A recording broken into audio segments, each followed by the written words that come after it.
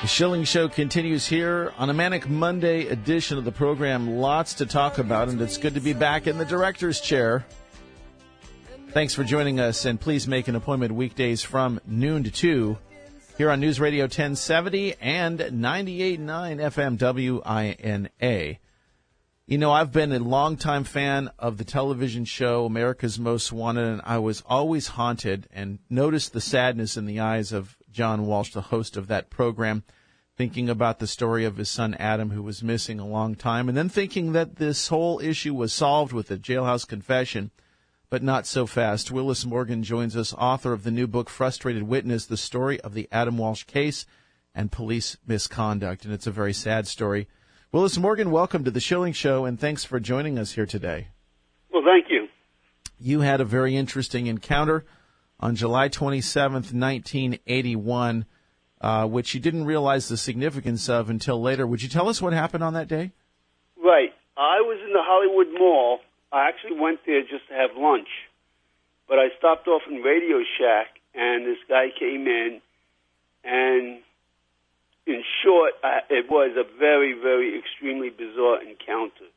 He was trying to start a conversation with me, but he had this smile, and it didn't match that dead, dull look in his eyes. I mean, this guy was really bizarre looking, and after he finally stomped out of Radio Shack, and I knew somebody was going to be in trouble because of the encounter that I had.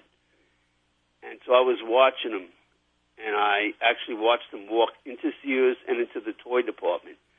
Now, this was just minutes before Adam was abducted. When he went into the toy department, I stood there for a minute wondering what he was doing, but then I thought maybe he could be playing the video games, so I just left and went home. I never even had my lunch there. I just wanted to get out of there. That encounter was that bizarre.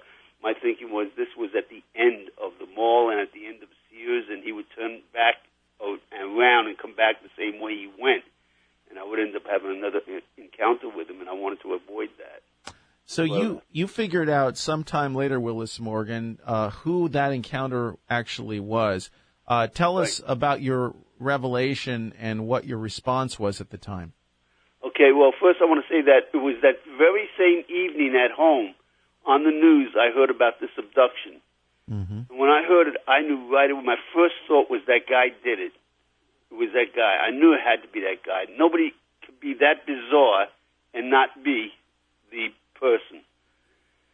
I went to the police. They completely dismissed everything I said, in short, basically because they said I didn't have a receipt to prove I was there. Mm.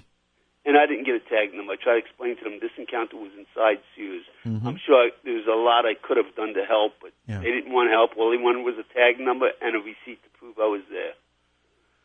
So they dismissed me, and I never went back to them, and they never called me. When they dismissed me, they said, if we need you, we'll call you. They took my phone number, but they never called me. And then I saw composites in the paper coming out, and I knew right away when I saw some of these composites that the witnesses that gave those composites saw the same person I saw. So my thinking was, well, at least they have their composite. There's nothing more I can do. Mm-hmm. So I let it go. But eventually, 10 years later, I saw a mugshot in the paper.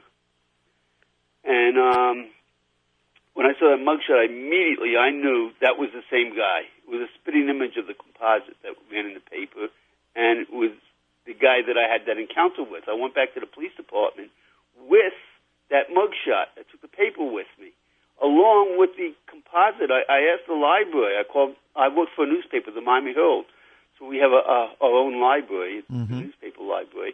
I asked them to give me the composite that ran in the paper back in 1981. Now, this is 1991 now. And they did, and I took it to the Hollywood Police Department to show them that this is the same guy.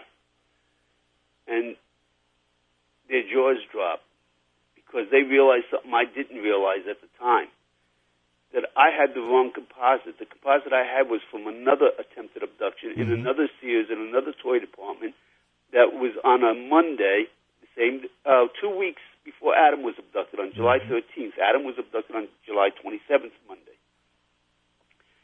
But I didn't realize I had the wrong composite until 2008. when they closed the case, and I got a copy of the case files. I started going through them. And when I saw that composite, and I realized it was not from the Hollywood Mall, it was from another Sears and another mall, I knew I had to call those witnesses, because I know whoever gave that composite. I mean, this is a clone of the Hollywood composite and of the person I had the encounter with, which is Jeffrey Dahmer. Jeffrey Dahmer, the notorious serial killer. And this is what is so fascinating, because we had never heard this tied together. We're talking with Willis Morgan, author of the new book, Frustrated Witness, the story of Adam Walsh case and police misconduct. So Jeffrey Dahmer was known to be in this area on that time outside of your sighting of him? Not only was he known to be in the area, but he was a witness on a police report. His name is on the police report, so, there's something to back up what I'm saying. It's not like I'm making this up. So the police have a record of him being in Hollywood, Florida, around the time of July Adam... 7th is right. the date on the police report where Jeffrey Dahmer is listed as a witness. So we've got just a couple minutes left, and I want people to get the book because it's a fascinating story.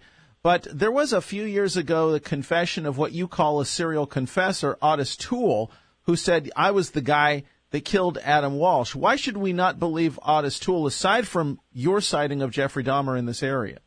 Because that first incident I told you on July 13th? Yes. If you believe those witnesses, the composites they made, and all their statements, that it's related to the Hollywood Mall, Otis Toole wasn't even in the state of Florida on July 13th. He was in Newport News, Virginia. He didn't arrive back in Florida until July 25th, 2 days before Adam was abducted.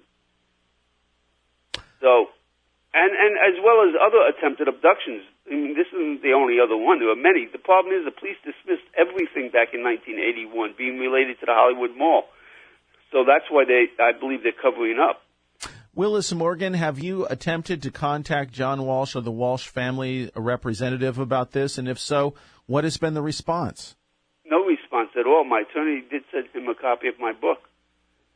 And if anyone wants to get more information, since we're almost at the end of our time here, they can go to my Facebook page. It's titled Frustrated Witness. I also have a website called frustratedwitness.com, and another website where all the case files are listed is justiceforadam.com. And the book is listed on Amazon. You can buy the book on Amazon.com. Tell us finally, Willis Morgan, what it is that you hope to accomplish with this book, because this is really stunning information, and it would seem to me that the police, some level of law enforcement, would want to pursue this for the truth. Right. Well, why I'm doing this is because they closed the case and pinned it on the wrong guy. This is not an aberration in Florida, the Adam Walsh case. This is a common occurrence. I list in my book other cases that they've pinned on the wrong guy. They go up after the downtrodden, derelicts that have no money, no education, no family, nothing, and they pin murders on them. And Adam is just one of those cases. Otis Toole did not, and this is why I wrote the book. I want everyone to know, Otis Toole did not abduct and murder Adam. He never decapitated anyone, never mind a little boy. Dahmer has, many times over. It is a sad story. It continues to bring sadness to people who think about it, and it was so many years ago now, but the story needs to be told. Willis Morgan is the author of Frustrated Witness, the story of the Adam Walsh case and police misconduct. Thanks so much for joining us here today on the Schilling Show. Well, thank you. I appreciate it very much. It makes me sad to think about it, because John Walsh and his family, all these years later, I don't think they have any peace, and I don't know how they could.